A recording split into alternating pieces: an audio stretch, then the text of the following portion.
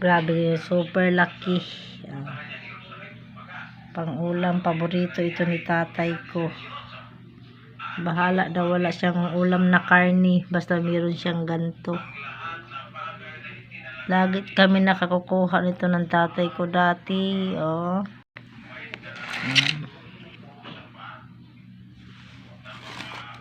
Ito, oh. Ito yung maliliit. Takot din kasi ako maglinis nito, guys, kaya nakatago lang sa ref. Nag-iba na yung kulay niya kasi ang tagalan nito, sa ilang linggo na ba ito. Sabi ko kasi sa kanya, linisan niya.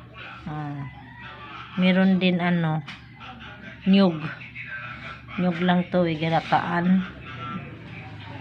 Grabe talaga, guys, ang laki. Ito yung pinakamalaki kasi 3 kilo daw to, sabi niya. Saan pa kayo?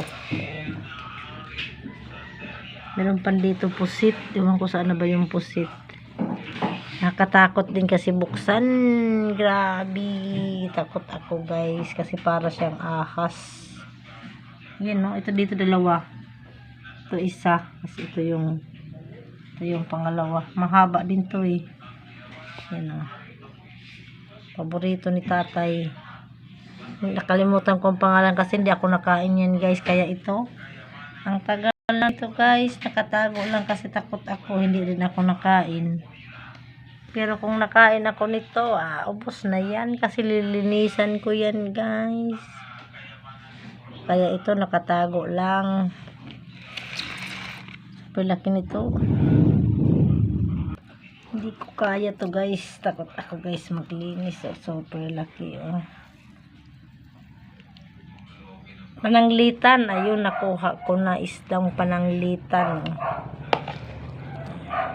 Super haba nito. Ay, nakatingin na. Teren. Libre ulam pag nakain, pero pag hindi nakain, tago lang to doon sa lagayan. Ay, nako. Takot ako niyan, guys. Naglinis. Kaya tinago lang itong maliliit. Katambak lang yan sa Yun,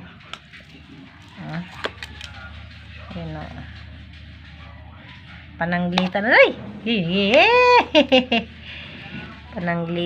Pananglitan. Paborito ni tatay. Naku, naglaglagan na.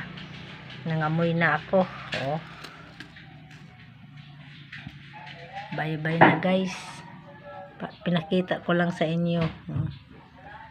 Update ko lang pag naluto na to. Bye-bye. Thank you for watching.